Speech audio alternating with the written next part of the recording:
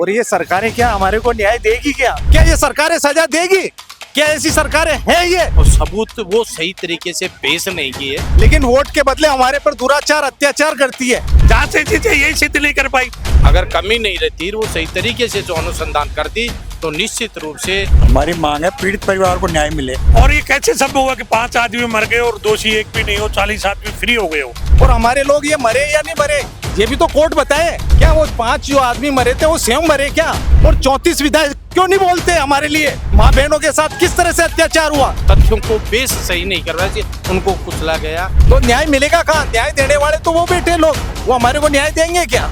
और हम हमारे समाज को कहना चाहते हैं कि इन नालायक सरकारों को उस जांच एजेंसी के कारण ऐसा हुआ। 15 मई 2015 का वो दिन जब एक जाट समुदाय और मेघवाल समुदाय आमने सामने होते हैं, खूनी संघर्ष होता है और 6 लोगों की मौत हो जाती है।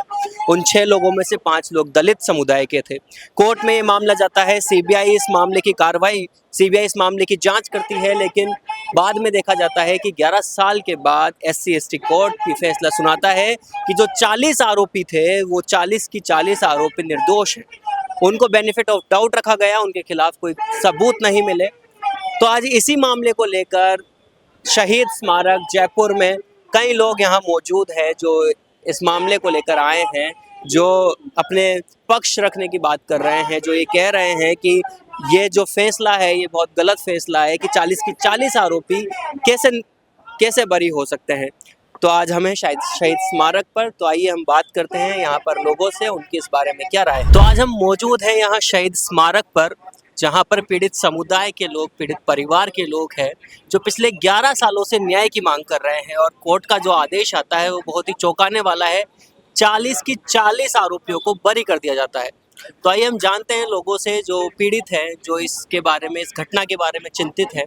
क्या नाम है सर आपका? मेरा नाम हरिराम बुनकर है। मैं ये doctor Ambedkar memorial welfare society Sikar का कोषाध्यक्ष हूँ। और इस आज जो हमारी doctor Ambedkar memorial welfare society द्वारा ये जो पीड़ित परिवार के न्याय के लिए आज ये धरना दिया जा रहा था, उसमें हम आए हैं। लेकिन एक बात जो है कि 11 साल से हम इंतज़ार करते हैं, हम ये देखते हैं कि कब इनको न्याय मिलता है, और 11 साल से लोकतांत्रिक दायरों में रहते हुए हम अपना हक मांगते हैं, और उसके बाद जो हमारे सामने जो ये कोर्ट का फैसला आता है ये बहुत ही दुखनीय है। तो इस पर आप क्या कहेंगे? मैं ये कहूँगा, कोर्ट हमेशा साक्ष्य और सबूतों के आधार पर अपना फैसला सुनाता है। और जो जांच एजेंसी है, उस जांच एजेंसी के कारण ऐसा हुआ, मेरा ये मानना है। जांच एजेंसियों में ऐसी क्या कमी रह गई जो आपको लगता है कि उसकी वजह से ऐसा? जांच एजेंसियों में वो कमी रह गई, जो सबूत थे, जो सबूत वो सही तरीके से पेश नहीं किए, तो वो सबूत ऐसे रहे जो उन तथ्यों को पेश सही नहीं करवाए, उनको कुचला गया। निश्चित रूप से न्याय हमेशा सबूतों के आधार पर करता। न्यायपालिका कभी गलत न्याय नहीं करता, वो हमेशा न्याय करता है। तो और न्याय हमेशा सबूतों पर करता है। और उस संस्था की जो अनुसंधान कर रही थी, उस संस्था की ये जिम्मेदारी थी कि वो सही अनुसंधान करती, तो निश्चित रूप से आज ये फैसला न्याय के रूप में आता। तो सीबीआई को ये मामला सौंपा गया था इसकी जांच करने के लिए, लेकिन लगभग 11 साल के बाद भी अगर कोर्ट उन्हें बेनिफिट ऑफ डाउट कह रहा है, सबूतों की कमी बता रहा है, तो उन्हें सबूत आखिर मिले क्यों नहीं? इसका क्या कारण हो सकता है कि उनको सबूत ही नहीं मिल पा रहे? वो तो जो अनुसंधान है, अपनी राष्ट्रीय संस्था है, राष्ट्रीय संस्था में निश्चित रूप से कहीं न कहीं कमी रही है। अगर कमी नहीं रहती, वो सही तरीके से जो अनुसंधान करती, तो निश्चित रूप से लोग जो पीड़ित परिवार है उसको निश्चित रूप से न्याय मिलता।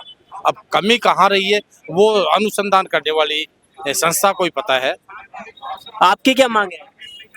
हमारी मांग है पीड़ित परिवार को न्याय मिले, ये मांग है। तो अब कोर्ट ने तो अपना फैसला सुना दिया है, तो अब आपको क्या लगता है कि न्याय कैसे मिले? क्या आप आगे देखो, हाई कोर्ट में जाएंगे, न्याय की मांग करेंगे ताकि पीड़ित परिवार को न्याय मिले।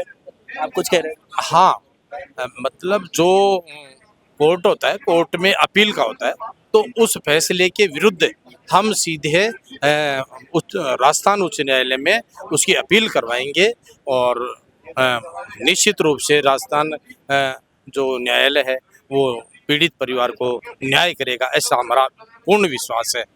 तो पिछले 11 सालों से जो ये लोग हैं वो न्याय का इंतजार कर रहे हैं और जब कोर्ट अपना फैसला सुनाता है तो ये बहुत बेहद दुखनीय रहता है क्योंकि 40 के 40 आरोपियों को बरी कर दिया जाता है।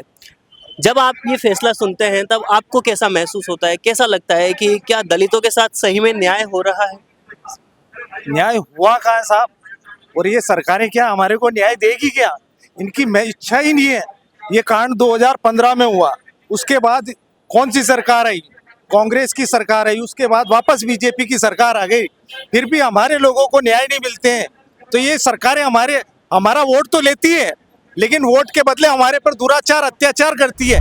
तो ये जो एक मंत्री महोदय वहाँ गई थी, तो क्या ये डांगावास क्या दुनिया की तीसरी धरती पर है जो अब इनको जब अब जा रहे हैं वहाँ? जब सत्ता और शासन में थे तब इनको होश नहीं आया था क्या? तब इनकी सरकारें थी, तब इनको वहाँ जाना चाहिए था।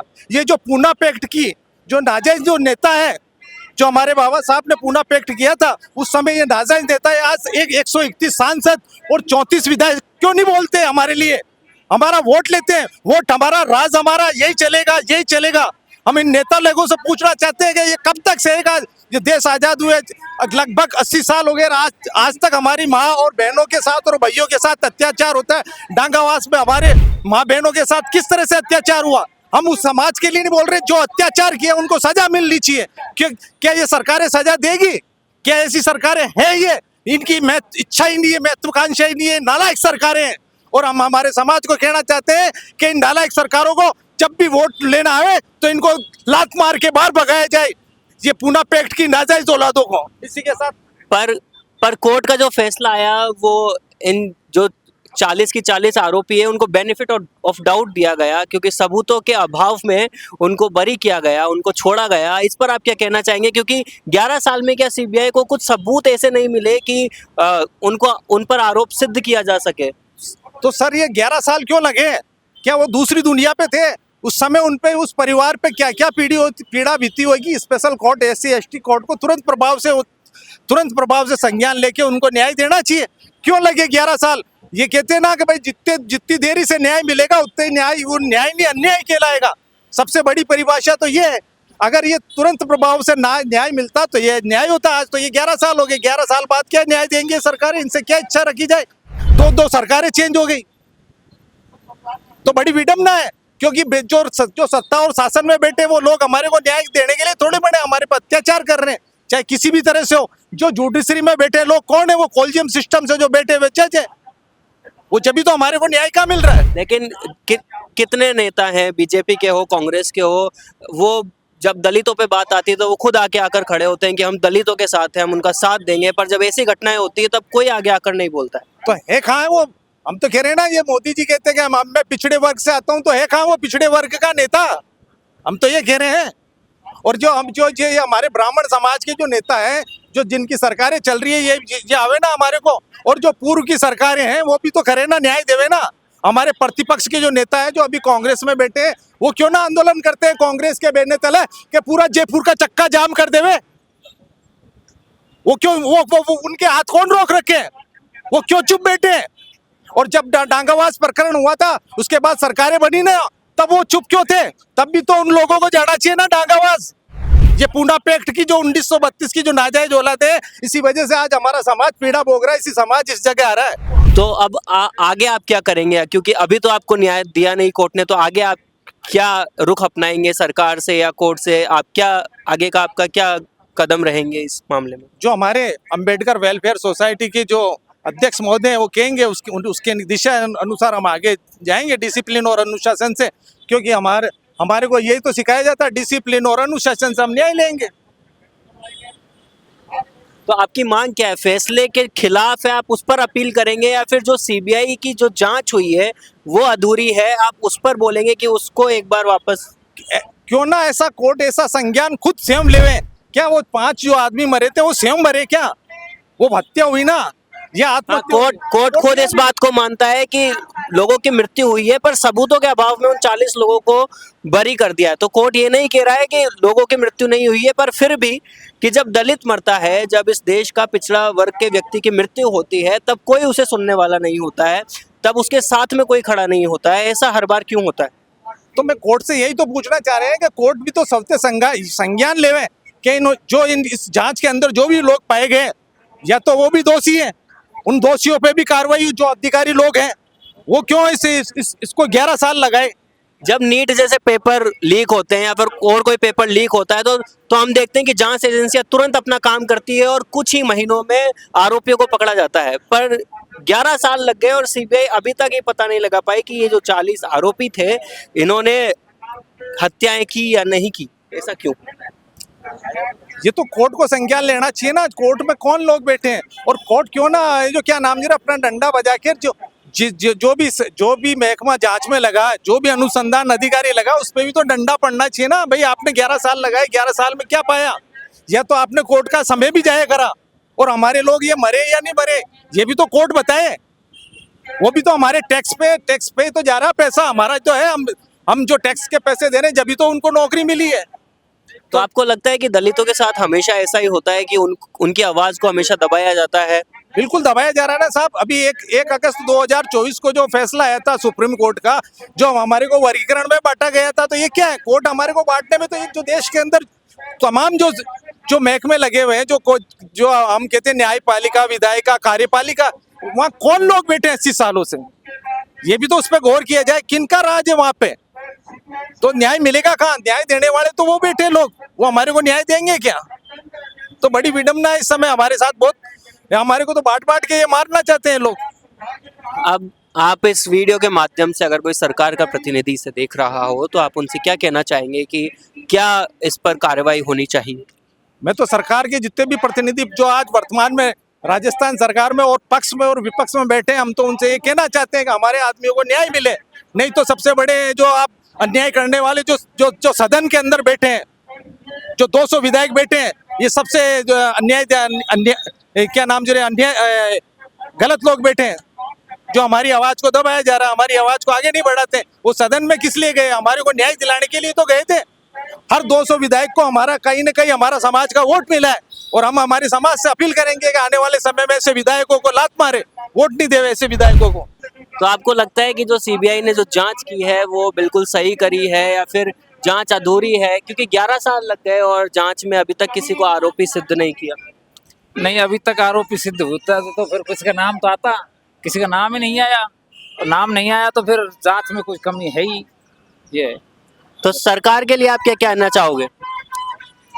देखो, 11 साल से जो चल रहा था केस, उस केस में मतलब पुलिस जांच की, सीबीआई जांच की और दूसरी एजेंसीज की जांच की, उसमें कहीं भी किसी को मतलब दोषी साबित नहीं किया। और ये कैसे संभव हुआ कि 5 आदमी मर गए और दोषी एक भी नहीं हो, 40 आदमी फ्री हो गए हो?